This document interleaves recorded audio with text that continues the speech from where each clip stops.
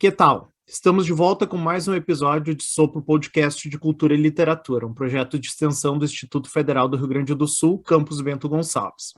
No episódio de hoje, contamos com a presença e apresentação de Celso Augusto Eck de Pitol, e este quem vos fala, Tiago Pedruzzi, professor do Instituto Federal Rio Grande do Sul, Campus Bento Gonçalves.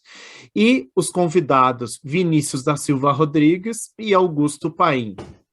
Vou começar dando o currículo dos convidados, né? Que é importante, vocês provavelmente já vão saber qual é o tema, né? A grande área, né? Vinícius da Silva Rodrigues é doutor em letras pela Universidade Federal do Rio Grande do Sul e a tese de doutorado aborda a poética do humor gráfico e a história dos quadrinhos no Rio Grande do Sul. Essa tese venceu em 2020 o troféu HQ Mix, o mais importante prêmio do segmento no Brasil. Ao longo da trajetória acadêmica, ajudou a organizar e participar de inúmeros eventos relacionados ao tema. A dissertação de mestrado também versa sobre quadrinhos e ensino e leitura, e ele é autor de vários artigos envolvendo assuntos como HQ, humor gráfico, literatura brasileira e ensino de literatura, publicados em livros, revistas acadêmicas e na imprensa. Faz palestras sobre literatura, histórias em quadrinhos e leitura, e atualmente atua como palestrante pelo Sesc RS e editoras como Companhia das Letras e FTD. Augusto Paim é jornalista formado pela Federal de Santa Maria e mestre em Letras e Escrita Criativa pela PUC. Em 2019, concluiu o doutorado com bolsa DAAD CAPES na Universidade Bauhaus, em Weimar, na Alemanha, com uma tese sobre reportagem em quadrinhos publicada em livro pela editora CH, Augusto? Acho que é isso, né? Bachmann. Em parceria com o Instituto Goethe, foi curador do projeto Osmose de intercâmbio de quadrinistas e organizador do primeiro e segundo encontro internacional de jornalismo em quadrinhos. Atua ainda como tradutor e repórter, realizando reportagens e traduções tanto em prosa quanto em quadrinhos. Viveu na Alemanha por 8 anos, os últimos deles trabalhando no Literarkolloquium Berlin, um centro de literatura fundado em 1963, na beira do Lago Wannsee. Lá foi cofundador e editor do portal alternativo de notícias LCB Diplomatique, no qual protagonistas da vida literária do mundo inteiro lançavam um olhar sobre temas prementes da sociedade por meio de um texto curto e uma foto. Então, com currículos desses, né, a gente já mais ou menos pega o tema, né? O tema é história em quadrinhos, mas aí nós temos uma história muito específica, né? Nós vamos falar, talvez, de um dos quadrinhos mais importantes do mundo, por que não dizer assim, né? Esse quadrinho, talvez o mais importante do mundo, é o Maus, do Art Spiegelman, né? E ele realmente é revolucionário. Então, a partir dele surge muita coisa, né? As inovações que o Maus traz para os quadrinhos e aí para as artes em geral, nós vamos enxergar um pouquinho nessa conversa, né?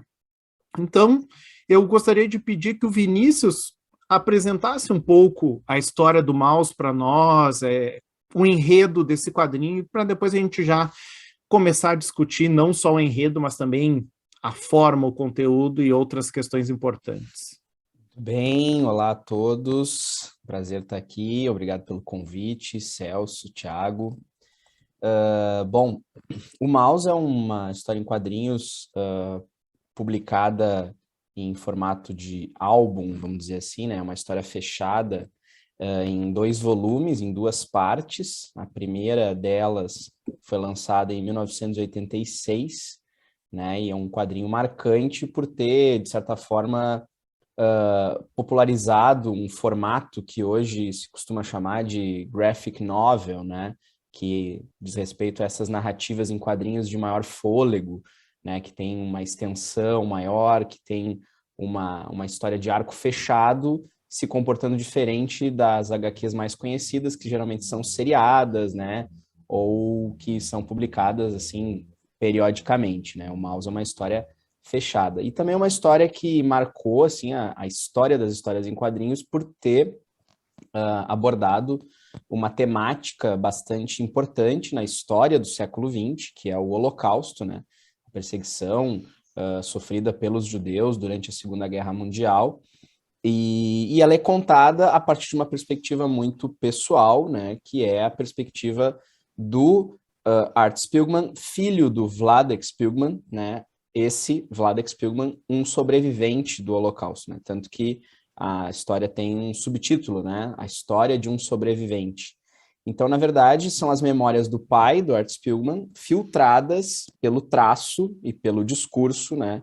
Do próprio Art Spiegelman, né? É uma narrativa, digamos assim, de testemunho, mas uma narrativa de testemunho que é contada, né, pelo filho do sobrevivente que ouviu essas histórias e acabou transformando elas em palavra e imagem misturadas nesse formato de quadrinhos.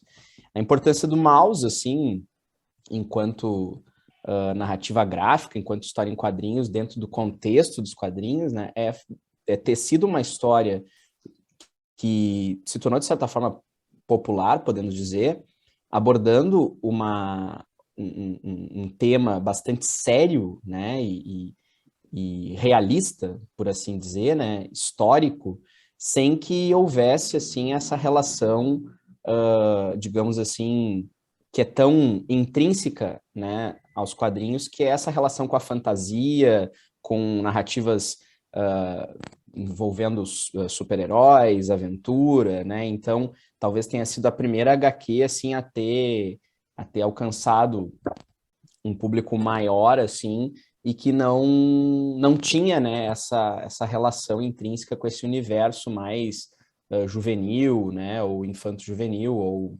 fantástico dos quadrinhos, né?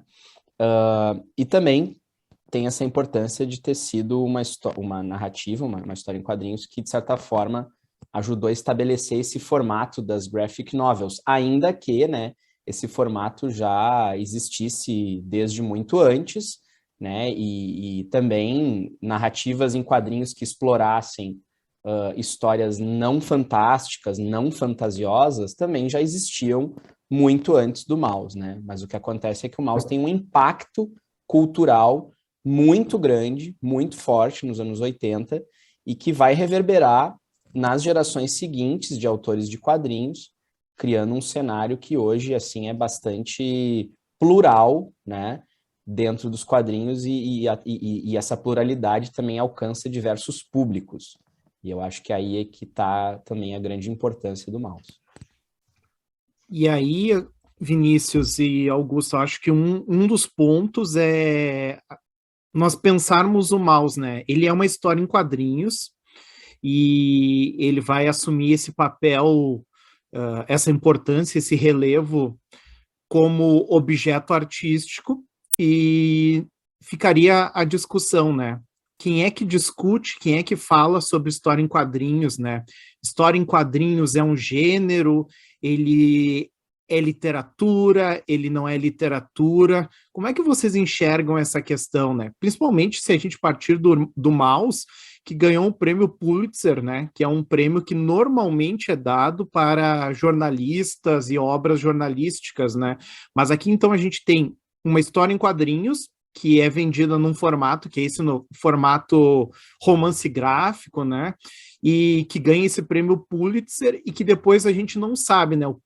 Onde é que a gente engaveta ela? O que vocês acham disso? O que vocês pensam sobre a questão do gênero, quadrinhos? Qual é a opinião de vocês sobre isso? Eu acho, assim, bom, em primeiro lugar, boa noite, assim, obrigado pelo convite também para estar nesse podcast discutindo o Maus, que é uma obra emblemática, assim, também muito me influenciou quando eu li pela primeira vez, assim, na faculdade, ainda mais de 15 anos atrás. Bom, eu acho que o grande mérito de Maus é justamente mexer com essas categorias, né, confundir essas categorias. Como você falou, a obra ganhou um prêmio Pulitzer, que é um prêmio tradicionalmente concedido a trabalhos jornalísticos ou literatura. Já houve quadrinhos que venceram o prêmio, mas na categoria de cartão editorial, né, de charges, enfim. E a obra também foi exposta no Museu de Arte Moderna de Nova York. Então, assim, o que é Maus, na verdade? Também é uma biografia, do pai do autor. É uma autobiografia, porque é uma obra também que discute muito sobre culpa, sobre a relação do Vladek com o pai, mas também com o irmão que morreu durante a Segunda Guerra, e o sentimento de que ele diz que não tem culpa sobre o irmão que morreu, mas na verdade a obra toda é premiada por culpa pela mãe também, que suicidou, assim, então é uma obra muito densa nessa relação sobre o próprio Art Spiegelman. Tem elementos de jornalismo também. Eu acho que uma coisa que reflete muito bem uma história, a gente acabou não falando ainda, na verdade, o principal, que é o fato de que, da maneira como o Art Spiegelman representa populações, assim, na obra, né, que os judeus são apresentados como ratos, os nazistas como gatos, os poloneses como porcos e os estadunidenses como cães também, né? E em função disso, por trazer um tema real abordando dessa forma, a obra virou um best-seller na categoria de ficção do New York Times. E aí o Art Spiegelman escreveu uma carta pro jornal dizendo assim, pô, tire minha obra da categoria ficção e coloque a de não ficção. E aí tem a história que um dos editores respondeu de volta para ele dizendo assim, se eu for na sua casa e um grande rato abrir a porta para mim, então eu faço isso, né? Mais adiante o jornal acabou aceitando, assim, entendendo isso, né? Mas é um pouco nessa linha dessa discussão sobre o que é quadrinho ou livro de quadrinhos e o que é graphic novel. Como o Vinícius falou, né, o livro tem essa trajetória de ter sido publicado, a obra foi publicada em livros, em dois tomos, mais adiante foi publicada num único tomo, mas antes disso ela foi publicada de forma seriada na revista Raw, que era uma revista editada pelo Art Spiegelman, e é interessante que o Maus representa assim o percurso de várias outras obras também, que é primeiro publicar em formato seriado e depois publicar em formato livre, e nesse caminho assim elas alcançam o status cultural maior, assim, né? Vão virar uma obra que vai parar numa livraria, na estante das graphic novels, né? Eu acho que nenhuma obra teve isso de maneira tão emblemática quanto o Maus. E outra coisa interessante, talvez, assim, só para encerrar essa primeira parte, é que eu estava estudando aqui um livro eu tenho essa versão também lançada recentemente em português, o MetaMouse, mas que foi lançada há mais de 10 anos, né, em inglês. E uma das organizadoras do livro é a Hilary Schultz, que faz uma entrevista com ele, uma conversa com ele. E a Hilary Schultz é uma estudiosa na minha área, assim, de quadrinho documental. Ela tem esse livro aqui, Disaster Draw, sobre testemunho visual em quadrinho e forma documental. E ela comenta que, na verdade, Maus surgiu como uma história de 3 páginas, assim, digamos, o embrião de Maus, em 1972, publicada numa revista chamada Animal Farm, não, Animal Farm é outra, eu já digo aqui direitinho a história, mas surgiu assim como uma história de 3 páginas em 1972 e depois foi evoluindo, né? E nesse mesmo ano foi lançada também uma história de 45 páginas, publicada numa revista da versão do Pé Descalços, Game Pé Descalços, do Cage Nakazawa. No mesmo ano, em 72, surgiu o embrião das duas histórias aqui, né? Então é uma coisa interessante. A revista que saiu foi essa Funny Animals, que saiu a primeira versão do Mouse, uma história de 3 páginas, né? E para ti, Vinícius, essa questão do gênero, quadrinhos, como é que fica? E o próprio Maus dentro dessa discussão? Uma questão levantada, assim, pelo alcance que o Maus teve, né? Logo que foi lançado, de ter sido uma obra bastante, assim, valorizada pela crítica, né, e tal, pelo público, de ter também furado uma espécie de bolha, né, dos quadrinhos e ter alcançado também as livrarias e de ser, de certa forma, uma HQ responsável também pelo fato da gente ir hoje em livrarias e encontrar quadrinhos, né? Isso fez com que os quadrinhos, de alguma forma, fossem ganhando uma espécie de respeitabilidade diante do público, que é bastante controversa, né? Bastante arbitrária, porque se parte do pressuposto, então, que para ter respeito perante o público, perante a crítica, tu deve abordar uma temática demasiadamente séria, densa, pesada, dramática, né? Como o Holocausto, o que é uma grande besteira, né? Eu sou um leitor de quadrinhos, de todos os tipos de quadrinhos, e eu consigo encontrar complexidade nos super-heróis, no humor gráfico, na piada mais tola possível, né? Até porque fazer humor não é bem assim. E, enfim, existem grandes personagens do mainstream dos quadrinhos que são personagens incríveis, né? Como Homem-Aranha, X-Men, enfim. Então, assim, a questão toda é que para adquirir esse respeito, passou a haver também essa necessidade de incluir temas, vamos dizer assim, com muitas aspas, realistas, né? E, ao mesmo tempo, isso também fez com que os quadrinhos passassem a se aproximar de um respeito, sendo incluídos como parte de um repertório da literatura, né? Então, assim, haveria essa possibilidade de enxergar os quadrinhos como uma forma literária diferenciada ou coisa que o valha. O que eu também rechaço, né, e sou totalmente contrário. Os quadrinhos não são literatura, né? Partindo daquela pergunta que tu colocou antes, Thiago. Quadrinhos não são literatura. É evidente que quadrinho tem um diálogo com a literatura, é possível haver esse diálogo, porque, enfim, muitas vezes se trata de narrativa, muitas vezes se trata de ficção, muitas vezes se trata de temáticas e de abordagens que, historicamente, a literatura já fez e criou e sedimentou uma tradição narrativa que, obviamente, os quadrinhos vão herdar, assim como o cinema vai herdar, enfim. E, claro, né, os quadrinhos também usam a palavra, então é natural que também esse link exista. Mas existe também essa perspectiva, do ponto de vista de vários pesquisadores, que para a gente realmente analisar a história em quadrinhos como uma linguagem, né, de fato, e construir um arcabouço teórico para ela, a gente tem que entender ela como uma linguagem artística à parte, né? Uma linguagem artística que tem os seus próprios mecanismos e, consequentemente, os seus próprios gêneros. Assim como a literatura é uma linguagem artística que tem os seus próprios gêneros. Claro, isso a gente está considerando gênero como uma discussão artística, né? Porque se a gente entender no campo super vasto e infinito dos gêneros textuais, sim, quadrinho é um gênero textual, né? Assim como a propaganda é um gênero textual, né? Mas não vai dizer que propaganda é literatura, né? Por exemplo, né?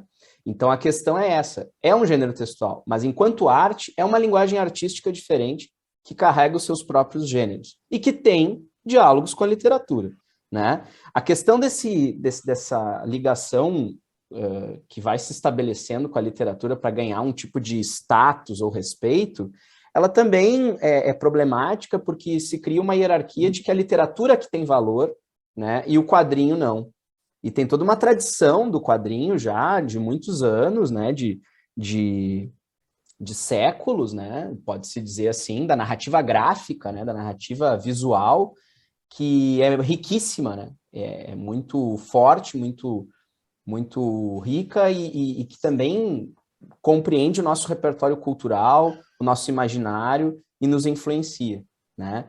Então, isso é uma questão que eu acho que também é importante de ser colocada. O mouse, inclusive, ele representa em si a diversidade que o quadrinho pode ter, porque, como o Augusto falou, é uma obra biográfica, mas também autobiográfica, é narrativa de testemunho, tem metalinguística também, né?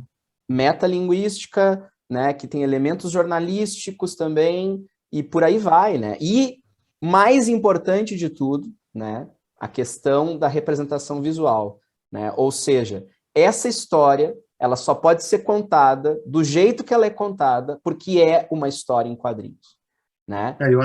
Eu queria corroborar com esse comentário, claro. Até que essa pergunta que sempre surge, o volta e meia surge, né? Quadrinho é literatura, e eu concordo, eu acho assim, não, quadrinho é quadrinho, isso é o principal, né?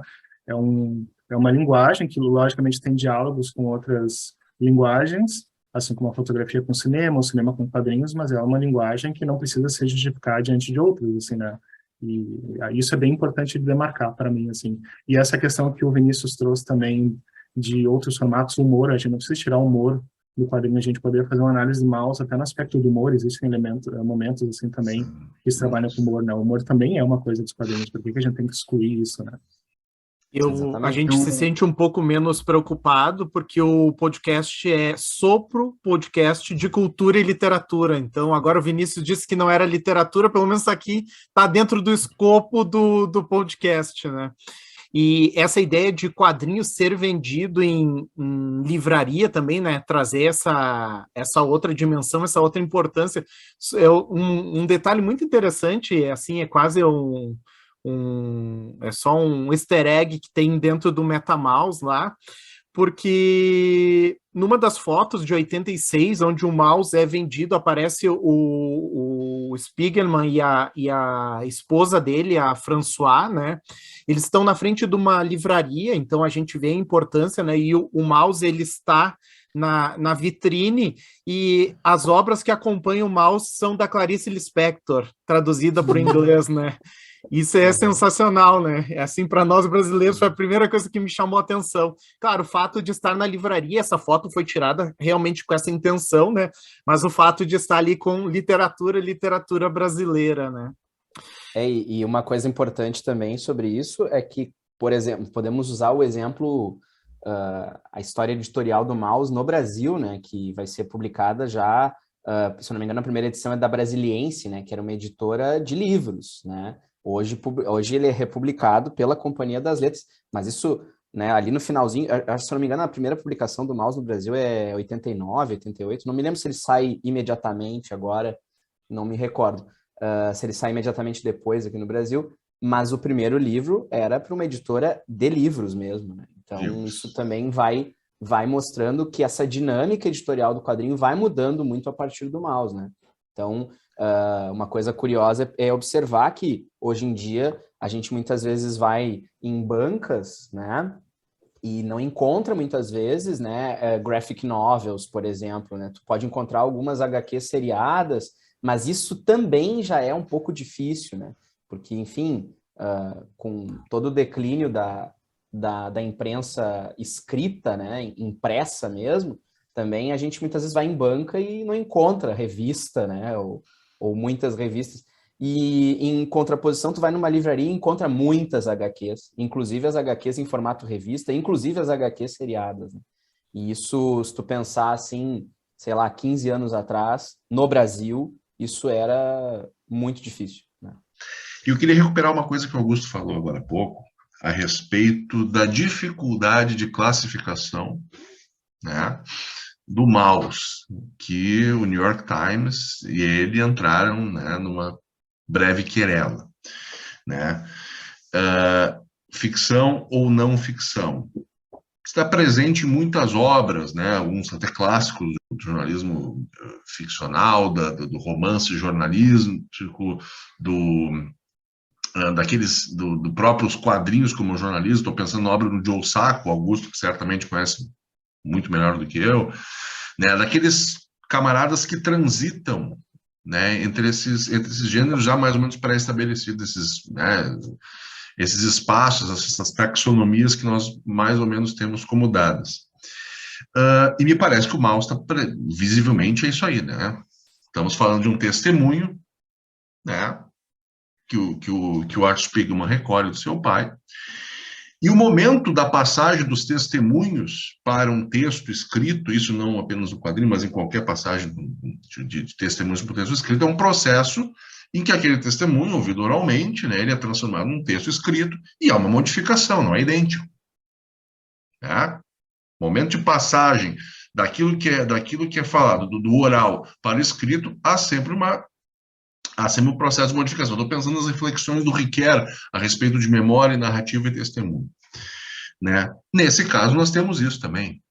Temos um testemunho que passa, né, por um processo ali, uma certa decantação, um processo de representação de pessoas, como o Augusto me lembrou agora, né, com figuras de animais, né, em que há todo um simbolismo por trás, há uma interpretação por trás, né, como também há uma certa interpretação por trás daqueles que registram testemunhos escritos. Eu já trabalhei com história oral, sei disso, né? Todos que trabalharam sabem que há uma certa interpretação da voz, das palavras, né? Até mesmo daquele texto que a gente imagina que é uma transcrição exata, né? Não é exatamente assim. Então, eu estou colocando essas questões para perguntar para o Vinícius e para o Augusto se procede realmente esse debate, né? Ou se é até mesmo interessante esse debate de colocar se é ficção ou se não é ficção, né? Que o autor disse uma coisa, o New York Times disse outra, no fim das contas a coisa, pelo que o Augusto falou, pendeu mais ou menos para o que o Art Spiegelman pensava. O que vocês pensam acerca disso? É uma discussão que sempre permeia essa área do jornalismo literário, por exemplo, né, que é de fazer uma apuração detalhada e recontar aquilo que se viu de uma maneira que seja muito mais envolvente, de uma maneira que gere imersão em quem está lendo e com isso uma conexão maior com o tema. A gente tem no jornalismo esse formato mais objetivo que a gente naturalizou como sendo uma reprodução da realidade, né? Mas não é uma reprodução da realidade, é uma escolha, tanto que a gente tem essa questão das fake news, que são notícias escritas num formato tradicional e são mentiras absolutas, né? Inclusive, Augusto, um lead é uma escolha, não, Augusto?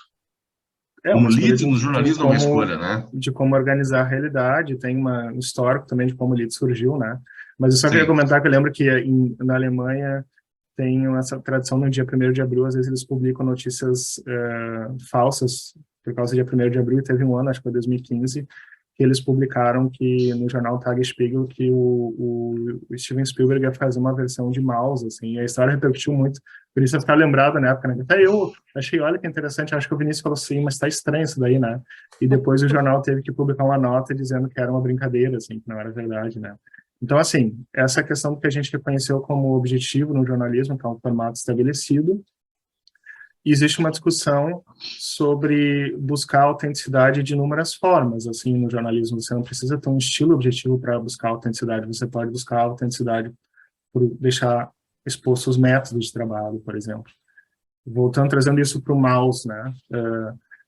Esse recurso de desenhar as pessoas com formas de animais tira um pouco o referencial da realidade, assim, da história, mas, por outro lado, ele traz autenticidade de inúmeras outras formas, ele retrata o processo de entrevista, ele está falando de pessoas reais que existem, ele coloca 2 fotos em algum momento do livro, apesar que em uma delas ele até brinca que aquela foto é uma encenação, assim, e a discurso metalinguístico também, então tu acaba trazendo elementos, assim, que, digamos, colocam ele mais dentro da não ficção do que obras que às vezes são supostamente realistas, mas que não corresponde exatamente à realidade, né? Eu acho que essa discussão que no jornalismo ainda precisa acontecer com mais força é de entender que realismo não é necessariamente a única ferramenta para se retratar realidades, né? Mesmo no jornalismo é possível usar simbolismos para falar sobre uma realidade de uma maneira, inclusive, mais fidedigna. Eu acho essa discussão muito legal, assim, até porque na minha tese eu trabalhei muito com humor gráfico, né? E essa questão do realismo, até tem um momento que eu abordo isso, assim, né? Sobre o que é, né, essa estética realista, né? Estética realista não necessariamente tem a ver com reproduzir a realidade, né? Mas usar de algumas ferramentas que tem a ver, às vezes, até com o discurso mesmo, né? A maneira como tu impõe o discurso. Enfim, essa é uma discussão muito interessante, até para abordar obras que são consideradas clássicos do realismo, né? Literário, vamos dizer assim, né? E que não tem nada de realistas do ponto de vista da verossimilhança mesmo, né?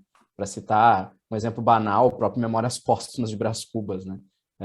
Enfim, mas em relação à questão do jornalismo também, eu me interesso muito por essa discussão, apesar de não ser jornalista, que eu acho muito legal, assim, é um universo que eu gosto muito, esse universo do jornalismo literário, né?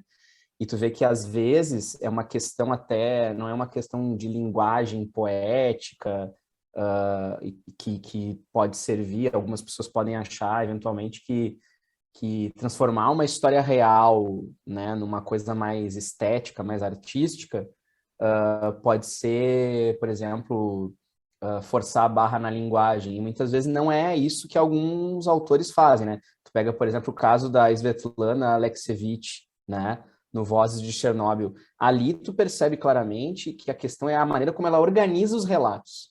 É aquilo que dá o punch emocional. Muito bem. Né? A Eliane Brum, por outro lado, ela tem uma coisa de escolher personagens muito bons, né? E, claro, ela também tem um pouco da coisa da linguagem, mas eu acho que ela faz isso de uma maneira bastante ponderada. Ela escolhe bem os personagens, eu acho, né? Agora, em relação ao Maus, eu quero citar para vocês aqui um trecho de um livro que se chama A Novela Gráfica, de um pesquisador espanhol chamado Santiago Garcia.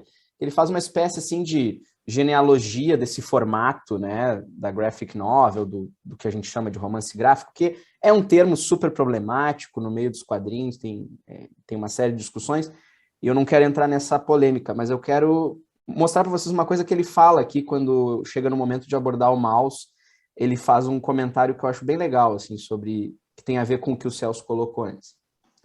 Essa história foi aquela vivida por seus pais durante a Segunda Guerra Mundial, judeus que sobreviveram ao campo de extermínio de Auschwitz. Mas não era só isso. Era também a história de como, no presente, seu pai contava a Spiegelman o que havia acontecido. Ou seja, Maus não era tanto a história do Holocausto, mas a história do legado do Holocausto. O sobrevivente não era tanto Vladek, o pai, mas Art, o filho. Para Vladek, a vida tinha sido dividida no antes e no depois da guerra. Entretanto, Art, nascido em 48, viveu sempre sob a sombra da guerra. Então é isso, né? Tem uma subjetividade ali que ele nunca deixa de lado. Ele sempre marca no Maus que é uma narrativa que é problemática enquanto documento histórico, porque é um testemunho pessoal, e que não pode ser encarada como fonte primária, porque, afinal de contas, tem a subjetividade do próprio Art Spiegelman ali, né? É muito interessante essa questão, e essa marca, o Spiegelman, ele traz muitas vezes dentro da história em quadrinhos, né? Mas tem um detalhezinho bem interessante dessa discussão entre ficção e realidade, é o próprio lançamento do Maus na Alemanha, né? Porque para poder publicar uma suástica, essa obra ela não pode ser uma obra ficcional, né? Tem que ser uma obra histórica. E aí os editores do Maus conseguiram essa licença, que o Maus fosse considerado uma obra histórica. Então a gente tem sempre essa dupla leitura, né? Nem que seja para poder publicar a capa com uma suástica, né? Ela é vista como história, e sim, né, nós conseguimos discutir os fatos históricos ali, mas também conseguimos discutir a ficção, conseguimos discutir a questão memorialística, tanto do próprio Art Spiegelman quanto a do Vladek. Mas a gente tem outras questões que eu acho que são muitíssimo interessantes, que é a própria caracterização dos quadrinhos, né? Para mim, que sou quase leigo em quadrinhos, eu enxerguei, né, um quadrinho ali meio clássico, a divisão da página clássica, assim. E aí eu pergunto para vocês, né? O que o Maus, como é que a gente poderia caracterizar o desenho, a página, o estilo do Spiegelman? Porque ele não é um indivíduo que, para falar a verdade, ele não usa o artifício da página dupla, o desenho inteiro na página dupla, acho que só uma vez, né, nos 2 livros, nos 2 tomos, né, ou se nós pegarmos e considerarmos que é só um livro no livro, né. Então, como é que é isso, né, é uma caracterização formal que, ao mesmo tempo, é muito tradicional, né, mas também tem novidades, e aí eu acho que o Augusto e o Vinícius podem falar um pouquinho, né, do tom narrativo, dessas inovações, e da pesquisa que ele realizou para fazer o Maus. Talvez um elemento assim que eu gostaria de começar, porque eu vi que há um tempinho atrás estava circulando muito na internet, por exemplo, sobre uma genialidade do Art Spiegelman, aqui na página 14, que é como se houvesse um quadro escondido, né? A gente pode colocar ali, mas por quê? Porque ele é uma coisa que, na verdade, o Art Spiegelman faz em toda a obra, né? Ele desenha ele com o pai dele conversando, o pai dele está em cima de uma bicicleta, cada quadro mostra um detalhe do pai dele pedalando, e somando esses detalhes, tu vê o pai dele pedalando a bicicleta, inclusive usando um quadro em forma circular como roda, né? E ele faz isso, assim, em diferentes momentos da obra, assim. Não é só ali, assim. Então, tem um aspecto, assim, de organização dos elementos do Art Spiegelman que é genial, realmente, assim, né? Não é uma coisa só do Art Spiegelman. Eu acho que às vezes o erro é achar isso que o Art Spiegelman fez como um recurso do Art Spiegelman. Na verdade, quadrinistas fazem isso, né? Eles pensam layout também de uma página como uma forma de comunicação. Então, esse recurso tal do quadro escondido não é uma coisa do Art Spiegelman em si, né? Mas para mim o que mais me interessa, assim, na questão do mouse é esses recursos de metalinguagem, né? A gente pode até falar sobre um trecho que o Vinícius também falou que gostou muito, né? Que é no início do segundo tomo. Não sei se você quer falar antes, Vinícius, sobre esse aspecto aí. Não, é que eu acho interessante, assim, é que muitas vezes as pessoas olham para o mouse e encaram ele como uma obra visualmente simples, né? E, na verdade, é uma obra cheia de complexidades. O que ela realmente, eu acho que eu poderia falar isso sem medo de errar, o que ela realmente tem é que ela não complexifica muito o layout de página, né? Tem esse trecho aí que tu falou, por exemplo, né? O trecho do pai na bicicleta, mas é uma obra que tem uma série de metáforas visuais, para além da óbvia metáfora dos seres humanos retratados como bichos, tem uma série de metáforas visuais, né, como essa da abertura do segundo tomo, onde o Art Spiegelman está desenhando na prancheta e ele está sob uma montanha de corpos, que é aquela típica imagem, né, dos corpos nas valas, né, dos corpos judeus nas valas, dos campos de concentração. E tem um detalhezinho nessa página, que para quem tem a edição completa da Companhia das Letras é a página 201, tem um detalhezinho que é a janela, né? A janela do estúdio, que tem uma torre de observação de campo de concentração. E nesse momento, inclusive, o Art Spiegelman está em conflito com a própria obra, num conflito permanente que ele tem com o próprio pai, consequentemente, um conflito com a própria cultura judaica, e ele não se desenha mais como rato, mas sim como uma pessoa com máscara de rato. E isso é uma questão identitária muito interessante, né? Por que de uma hora para outra ele não é mais o rato, mas uma pessoa com máscara de rato, né? Conflito que ele vai Inclusive, estabelecer. começa falando sobre o sucesso da obra, né? O livro foi lançado depois do sucesso do primeiro tomo, ele começa a falar sobre traduções, sobre equipes de filmagem, fazendo um documentário e umas mosquinhas, né? Isso, as Sobrevoando, mosquinhas. e aí ele se desenha em cima, a prancheta, usando uma máscara de judeu em cima de corpos de judeus mesmo, quer dizer, de ratos. Então, assim, ele tá visualmente, é incrível se uma página ter tantos elementos para analisar, assim, ele visualmente está questionando o próprio direito dele de usar essa história para conseguir um sucesso comercial, assim, né? Se ele é judeu mesmo, né? Então é incrível, assim. E nas páginas seguintes ele vai sendo pressionado, né? Na verdade, uma pressão interna que ele projeta, né? Como se a opinião pública estivesse pressionando ele, como se ele estivesse se sentindo pressionado pelo próprio terapeuta, e ele vai se diminuindo, né? Ele vai se diminuindo para parecendo uma criança, para ficar parecendo uma criança, quer dizer, o quanto ele se sente frágil diante dessa questão de contar essa memória. Então, isso é um dos muitos trechos que tem essa questão visual, em termos assim, de metáfora visual, muito interessante. Um outro trecho que dessa mesma edição, na página 127, quando ele e a Anya já estão naquele processo de tentar fugir, e eles se encontram num caminho que forma o desenho da suástica, né, mostrando que... E aí tem, né, o recordatório dizendo Anya e eu não ter onde ir, né? Então, quer dizer, não importa para onde eles fossem, eles iam encontrar a perseguição nazista. Então, essas metáforas visuais, elas vão aparecendo no livro. A gente tem, inclusive, vários momentos em que o Art Spiegelman deixa muito claro que ele pode ser um ótimo desenhista realista, se ele quiser, né? Porque ele desenha cenários, ele desenha objetos de cena de forma bastante realista, como os portões de Auschwitz, né? A cena em que aparecem os portões de Auschwitz, a cena em que ele faz toda a questão da câmara de gás, né? Mostra a câmara de gás. A questão, me parece, assim, é que ele está muito concentrado na narrativa. Então, existe uma opção clara por um traço aparentemente simples, né? Um traço que, de alguma maneira, dê para os leitores uma sensação de que interessa muito a narrativa, né? E ainda que o aspecto visual seja, assim, muito interessante. O próprio Santiago Garcia, o pesquisador que eu citei antes, do livro Novela Gráfica, ele resgata a história do mouse dizendo assim, ó, sobre o Art Spiegelman. Sua produção anterior caracterizou-se pelas preocupações formalistas e experimentais. Spiegelman parecia interessado em pôr à prova todos os limites da narrativa e a representação em quadrinhos, e tentava questionar todas as convenções do meio. Em Maus, no entanto, colocava-se a serviço da narração de uma história da forma mais eficaz possível. Embora Maus seja uma HQ de enorme complexidade formal, esta não é aparente, como nas páginas de Breakdowns, né, que é outra obra dele, mas se torna invisível. Então, quer dizer, até no gesto de ser simples, existe uma intenção o que torna esse livro mais genial ainda, porque se tu vai ver o Art Spiegelman em outras iniciativas, tu vê que aqui ele está fazendo uma escolha mesmo. E isso é muito legal.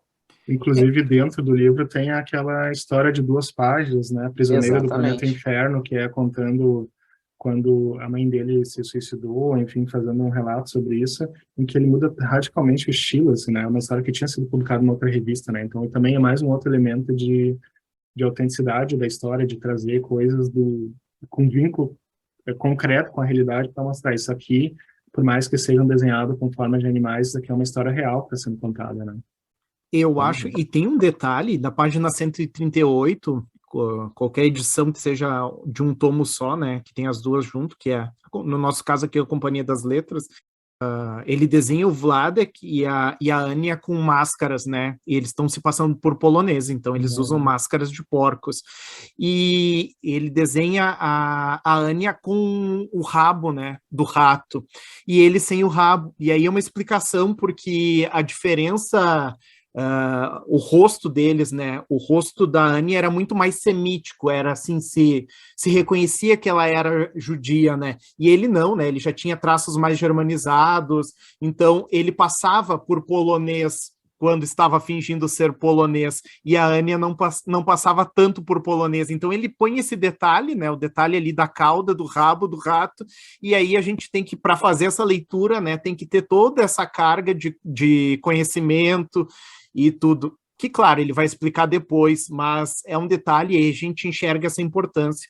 E também quanto ao estilo, acho que o Augusto e o Vinícius talvez concordem, né, porque o trabalho dele de construção desse rato antropomorfizado, ele passa de um rato, assim, muito mais próximo do homem, né, e ele abre mão, né, da representação mais próxima do ser humano e vai deixando, assim, um rato muito de quadrinhos mesmo, né? Ele tira muitos traços, ele tira muitos detalhes. Se a gente olha as versões anteriores do Maus, né? Essas publicadas nas revistas anteriores, a gente consegue ver que é um rato muito diferente, né? Então tem essa questão da simplicidade nesse sentido da representação também, né? Da figura. Não, só uma coisa que eu acho interessante comentar sobre essa primeira versão do Maus, de 72, né? Onde o traço dele é totalmente diferente.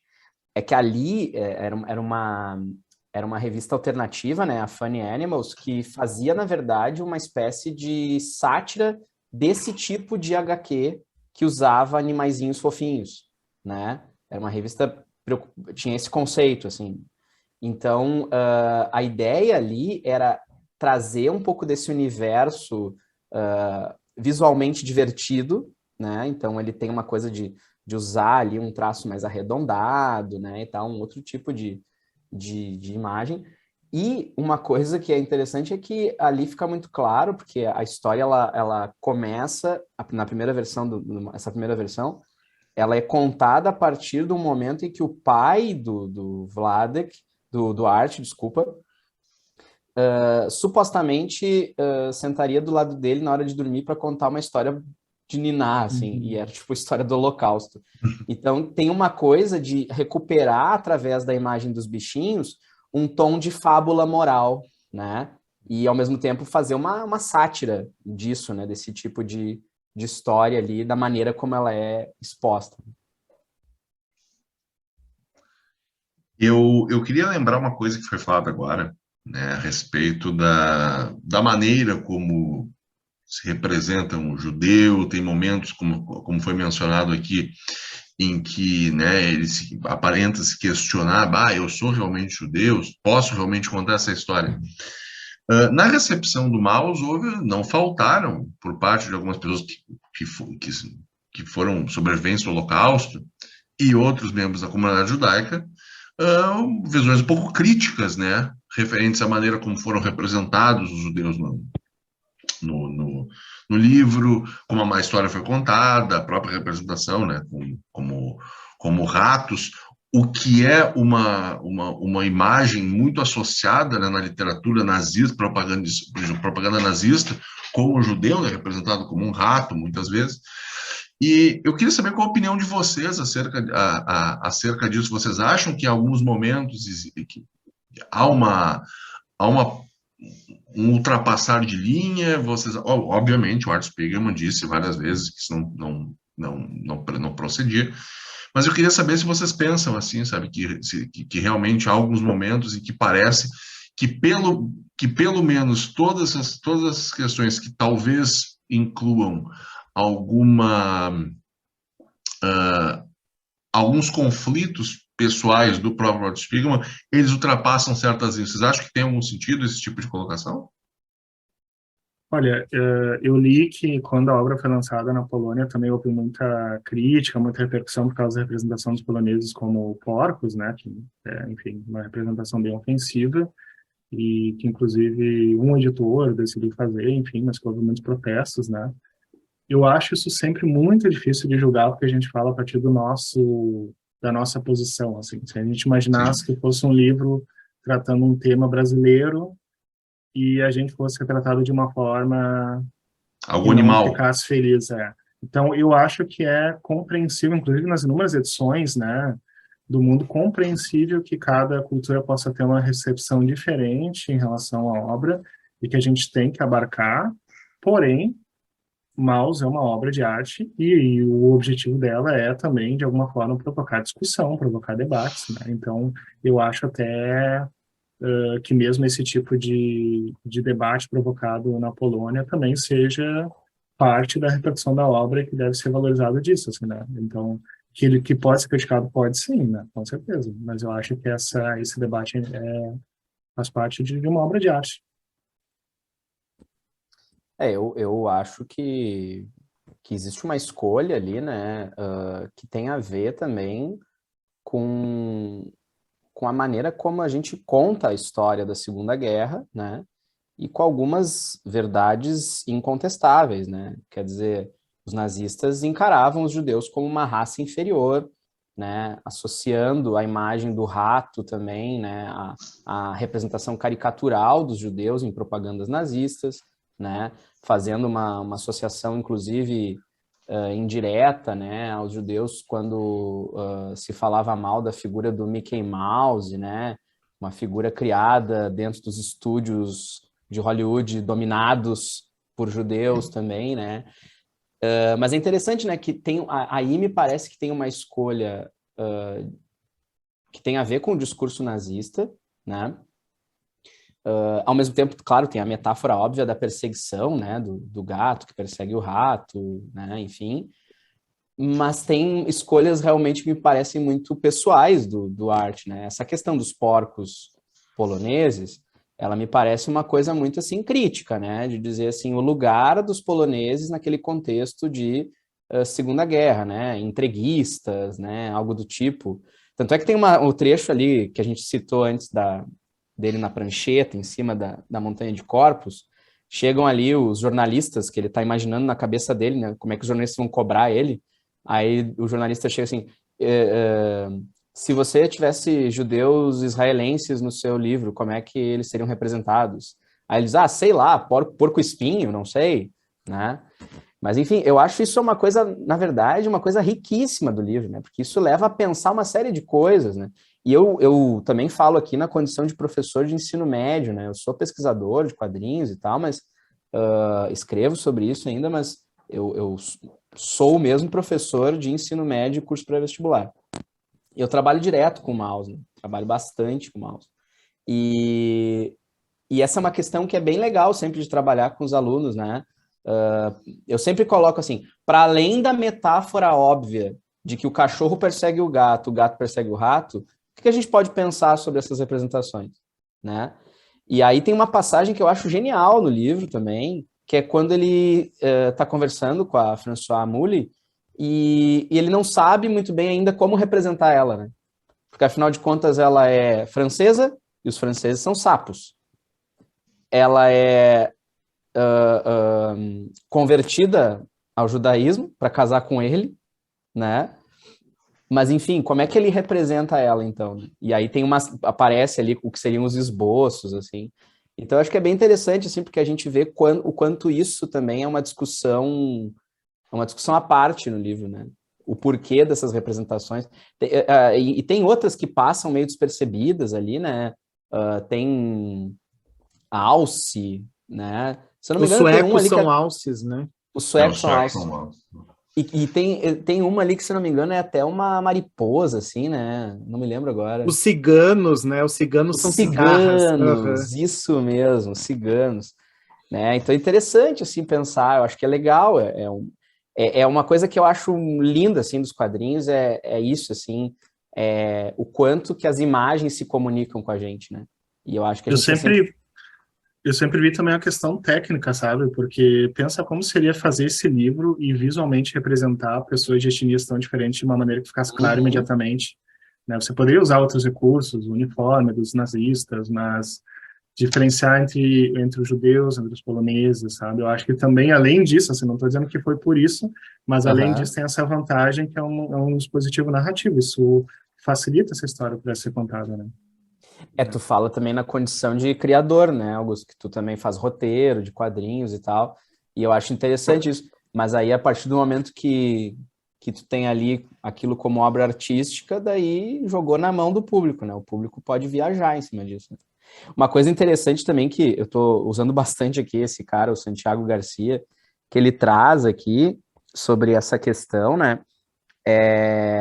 O quanto, né, essa questão da representação do Holocausto, na verdade, era um problema mesmo, né, antes do Maus, porque, na verdade, isso é uma outra questão que a gente pode conversar aí rapidamente, eu acho, é a importância do Maus enquanto obra artística que represente o Holocausto, quando, na verdade, antes isso praticamente não tinha existido até então, especialmente se a gente falar de obras mais de alcance popular, né.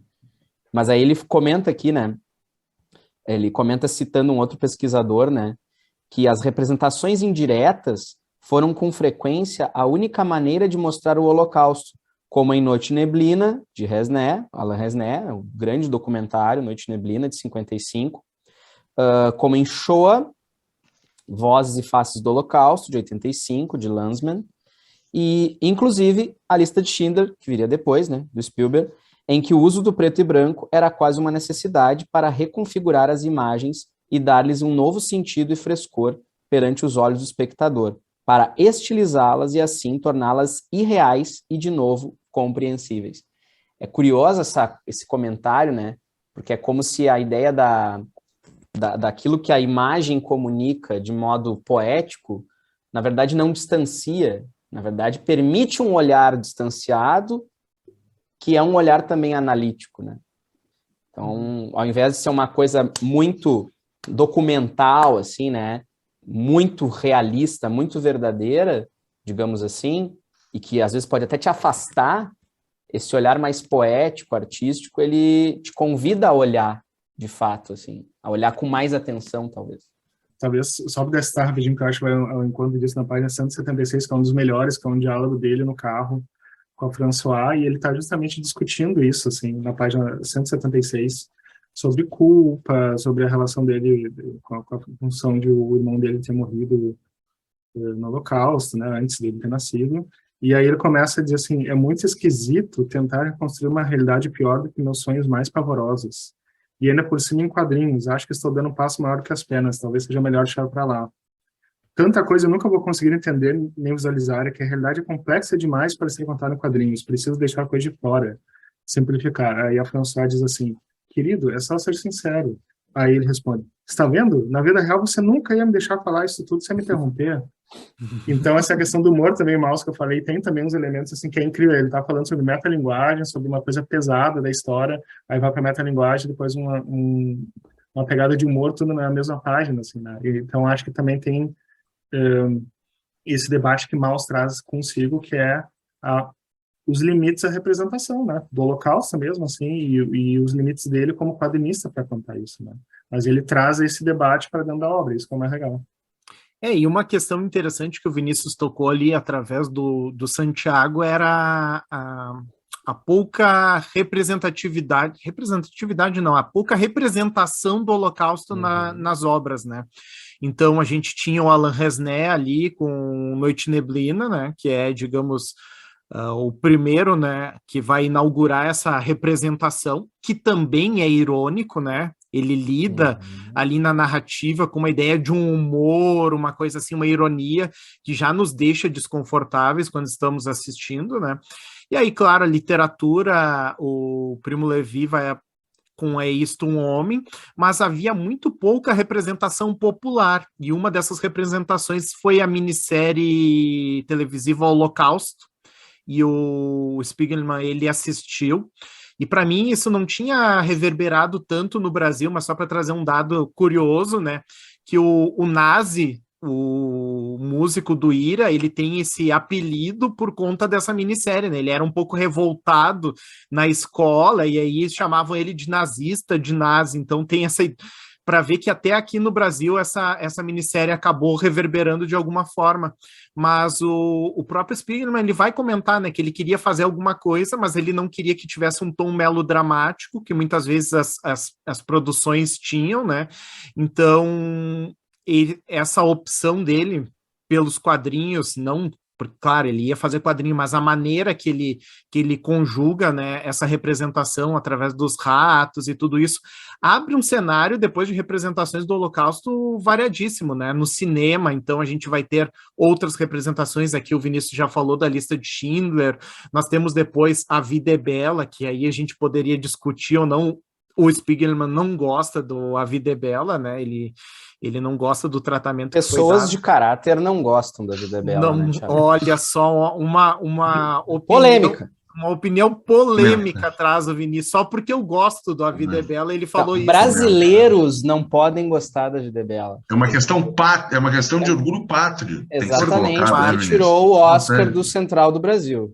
É isso. Central do Brasil. Então, essas obras que vêm, A Lista de Schindler, A Vida é Bela, o próprio Tarantino, né, quando ele vai representar no Bastardos Inglórios também, né, talvez não houvesse espaço para um Tarantino fazer o que ele fez se não houvesse Maus antes, né, então a gente tem o Spiegelman, de alguma forma, ele abre uma porta que permite que obras sobre o Holocausto sejam realizadas.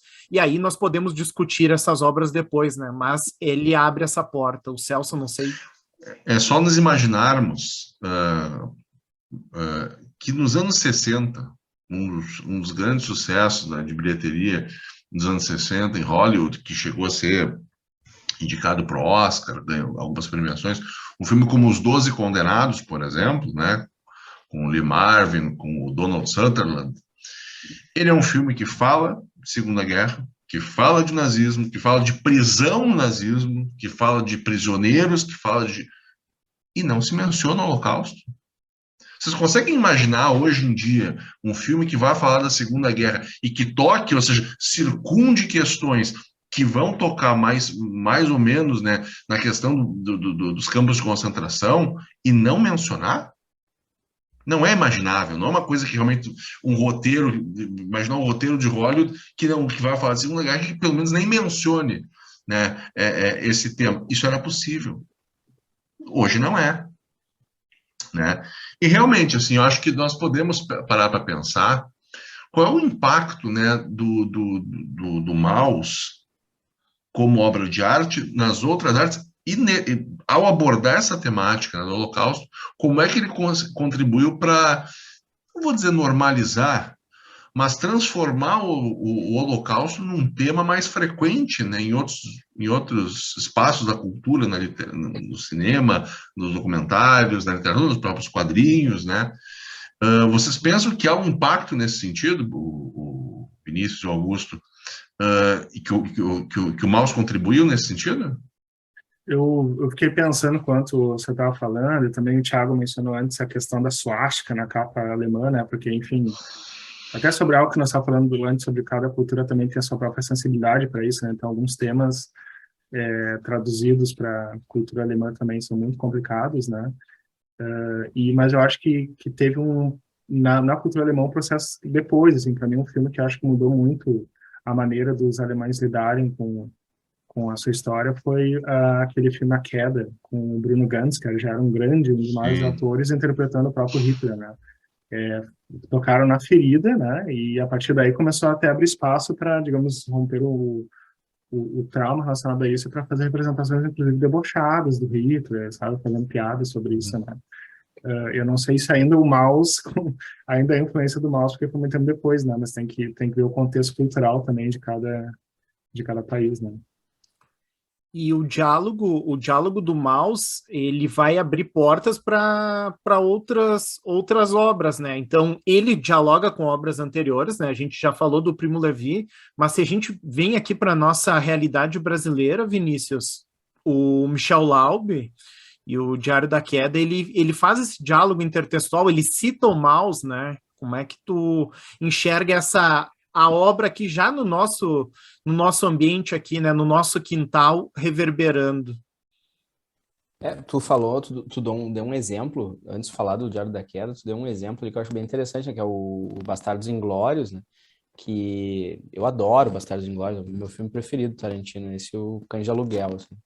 E eu acho muito sensacional, assim, aquela coisa do Tarantino chegar no final e dizer assim, não foi isso que aconteceu, mas eu gostaria que fosse, entendeu? E azar, né?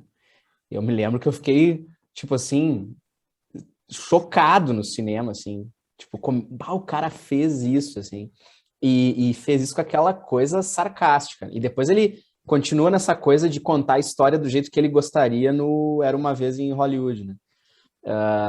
Mas eu acho interessante porque essa discussão, por exemplo, de como fazer, não só fazer, mas como fazer, é a discussão que aparece no trecho que o Augusto citou da conversa dele com a François, né? Onde ele se questiona sobre o fato de contar em quadrinhos, né? Como se o quadrinho realmente fosse encarado como uma arte menor, uma arte que não tem esse espaço. É uma arte que não é voltada para isso, né? E então, eu acho que nesse aspecto, assim, o Maus também liberou, de certa forma, né, os artistas para poderem também falar sobre o nazismo e o Holocausto usando uma linguagem mais pop, vamos dizer assim, né? Ou mesmo mais até estetizada, né? Podemos dizer assim também. Então, realmente, o impacto eu acho que é incrível, né? E ao mesmo tempo, né, essa questão assim de abordar, aí entra a temática mais séria mesmo, assim, né, dessa forma de representação do Holocausto, que é assim, como é que tu aborda o peso disso na memória judaica, né, na memória da cultura judaica, sendo que muitas vezes um indivíduo que nasceu no fim do século XX ou no século XXI e que pertence à comunidade judaica não se sente identificado com esse peso. E essa é uma questão que passa pelo Maus, porque, de certa forma, o Art está um pouco desgastado dessa necessidade de sentir esse peso, um peso que ele não sente, de certa forma, né? Mas que, obviamente, reverbera na relação que ele tem com o pai, né?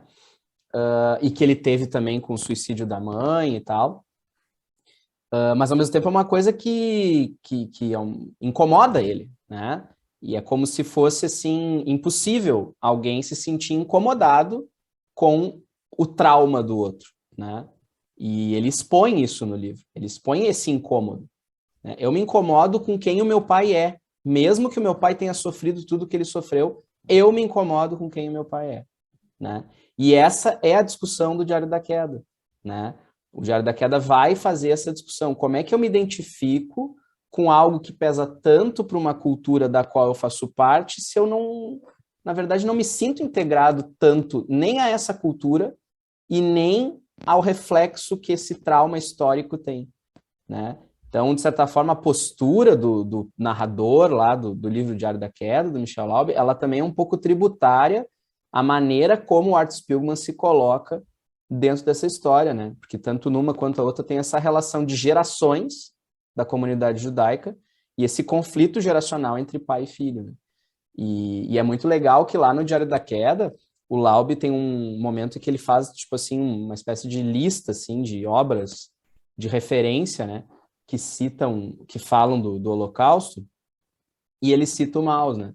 E eu acho bem interessante, assim, porque eu me lembro quando eu li, assim, foi um momento para mim meio assim epifânico, assim, de ver, é isso, né? O Maus está em pé de igualdade com o Primo Levi, com a Lista de Schindler, né? Com outras obras, o Pianista é uma obra que eu acho muito incrível também sobre o Holocausto. É uma obra de referência para tratar do Holocausto, né? Eu queria pegar o gancho até e comentar assim, que além desse aspecto que nós já mencionamos, que Maus é uma obra que ela não pertence ao mundo dos quadrinhos, assim, os quadrinistas não têm domínio sobre ela. As pessoas leem Maus porque é uma obra incrível, assim, né? Então, gente que não é leitor de quadrinhos lê Maus, então é uma obra realmente que extrapolou, assim, o universo dos quadrinhos. Mas, por outro lado, o que eu acho incrível também como legado de Maus é o legado na área dos quadrinhos mesmo, né? Porque foi uma obra, assim, trabalhando um tema tão denso, num formato, assim, que já era, para quem trabalha com quadrinhos, já era um formato tradicional, assim, mas que permitiu que outras pessoas que fizessem quadrinhos vissem que era possível trabalhar qualquer tema que quisessem. Eu fico pensando assim, será que existiria Fun Home? Será que existiria Persepolis? Se não tivesse havido Maus antes, será que teria havido Joe Sacco, que a gente falou que trabalhou, radicalizou a questão jornalística, né, de entrevistar e retratar toda a realidade em quadrinhos, né? Então, acho que tem todo um legado, assim, de Maus para o mundo dos quadrinhos que até hoje, assim, reverbera de uma forma impressionante. Agora é a pergunta surpresa para a gente encerrar nosso episódio, né? Eu fiquei pensando no Maus como sendo essa obra diferente que rompe com os padrões, tanto dentro dos quadrinhos, quanto com a questão jornalística, quanto com a questão histórica.